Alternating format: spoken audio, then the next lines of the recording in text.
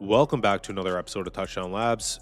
And today we're going to look at Cowboys Malachi Lawrence taking number 23rd on Thursday night in the first round of the NFL draft.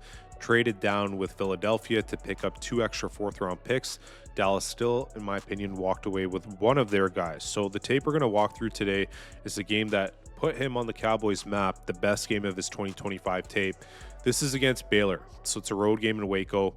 And he has a career performance here: 7 tackles, 3 tackles for loss, 2 sacks, 3 pass breakups, 1 forced fumble, a career high in 3 of those categories, all in one game. So 2 names to lock into before we get into the tape. So the QB is playing against undrafted free agent drafted by the Raiders, and then he is shifting between both left and right tackle on this tape here. So actually, before we get into it, I do need your help. So if you guys can help me with liking and subscribing to the channel, it'll be huge.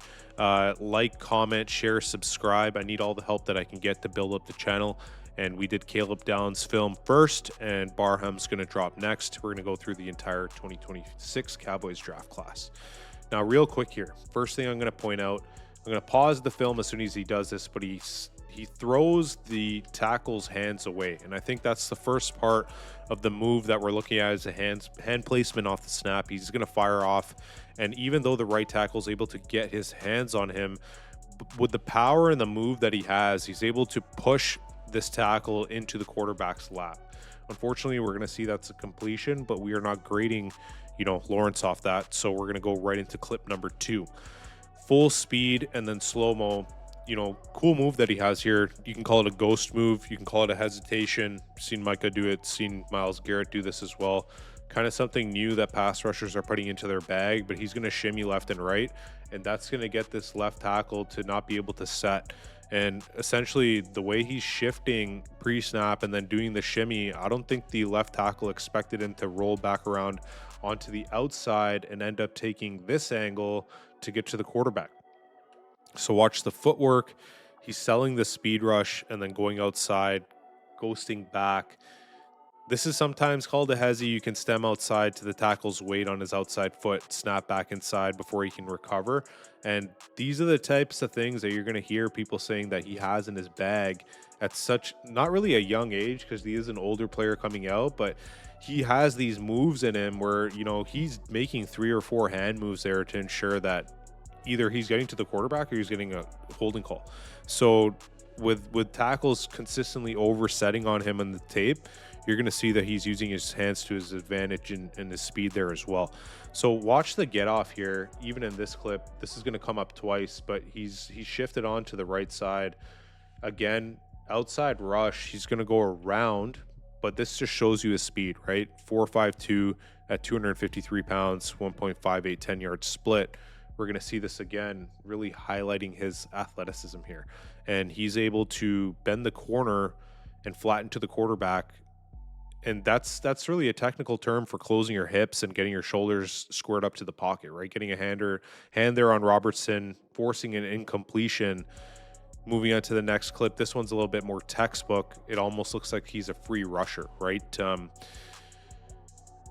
Now, we're going to watch him here. He's on the left side now. He's moving around quite a bit in this film, switching back and forth. So he's winning against both tackles. And what he's able to do is he's able to ensure that, he's getting the left tackle to panic. And by getting the left tackle to panic and grabbing this outside shoulder, it's holding territory. He has to disengage immediately to go ahead and avoid a potential flag. You can even see with the demeanor that Lawrence has, like he's trying to call for the flag there, saying like, hey, he's turning me around, right? So he's ending up behind the quarterback here, disrupting the release point. It's a two-way win.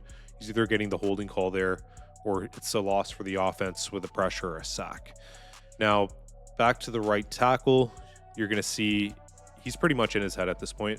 He doesn't get the sack here, but he's going to compress the edge, push the right tackle's outside hip into Robertson's launch point. And this turning around is insane. The fact that he's able to do that, you're going to see him do that a little bit against Max Iheanachor that I'm going to show soon here as well. But the fact that he's able to do that and the Cowboys are 35 in total team sacks in 2025, bottom half of the league.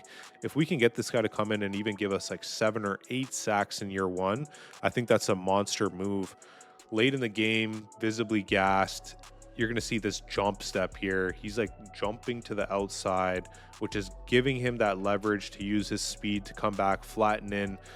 Unfortunately, he doesn't get the finish there, but he's able to rush, like push the quarterback outside of the pocket, and you can't really coach that, right? So again, left tackle lined up really, really wide here, and he's winning this way, right? So why wouldn't he? He's going to go ahead. Now watch the offhand. Most pass rushers just, this is going to be a great play, right? Because he is not only able to do a few things here where he's gaining extension with his hand, he's getting his left hand free, able to club over, and then that gives him the ability to gain 2 steps to get to the quarterback, cause this, I don't know what you call this, strip sack, fumble, recovered fumble. Schotty literally called this out on draft night, right? He doesn't just get to the QB, he gets to the ball. So that's the part that nobody's connecting here.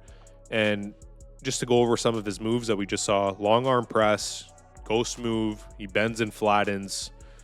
He's a rip, chop, club, counter move he has counter moves to set up tackles, and I think that's the most important. But just before we get into this, I don't want to just go on his best highlight film as well.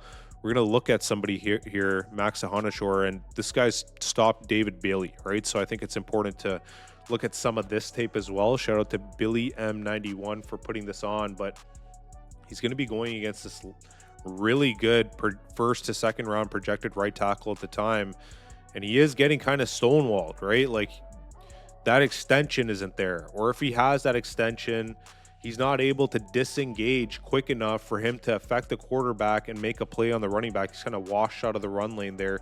You can see him try to spin around, but sometimes it doesn't work. So you can expect this to happen when he faces NFL elite tackle play. Just because people are telling you he has 5 moves in his bag doesn't mean all 5 are going to work every single time. Like here, you can see he's using his hands really effectively. He's able to spin Max Iheanachor, but it's just too late, right? And they probably expect that from him because he is an elite pass rusher in college football, and they are trying to have a game plan to get the ball out as fast as possible. And that's what's going to happen with teams, right? If he is really good, they're going to put their likely we're going to have him rushing against the right tackle. And I would expect that. I wouldn't expect him to play on the left side. So let's see how that works. But this is one of the things that I want to talk about. And when we talk about the edges that we have right now, Donovan, Ezeiruaku, Rashan Gary, Malachi Lawrence, let's be realistic here as we end off this video. Donovan Ezeiruaku, 2 sacks. Yes, he has the most pass rush rate against rookies at 28%. Yes, he has 36 pressures. He's not finishing the way that, draft pundits expected him to, or fans, right? Rashan Gary, we trade a 4th round pick for him late into his career, 7.5 sacks. People are saying that when Micah got injured, he did fall off. But I don't expect we're thinking that he's going to be that guy. Really good on run D. And now we have Ezeiruaku, who's really good at run D as well, 71.3 grade. We're adding Malachi Lawrence, who I don't think is going to get more than like 10 to 20 snaps per game. So let's be realistic with his usage. But I do think going into the season, he can have a little bit of a hot streak. I do think he can get something like 7 sacks. Add to this and have this whole group projected at something like 20 sacks in between the 3 of them. And 2 forced fumbles. We just saw that on the tape. Drop a comment. Let me know what you guys think. Did we get a steal? Did we get the player that the Cowboys wanted? And I will be breaking down Barham next. Touchdown Labs out.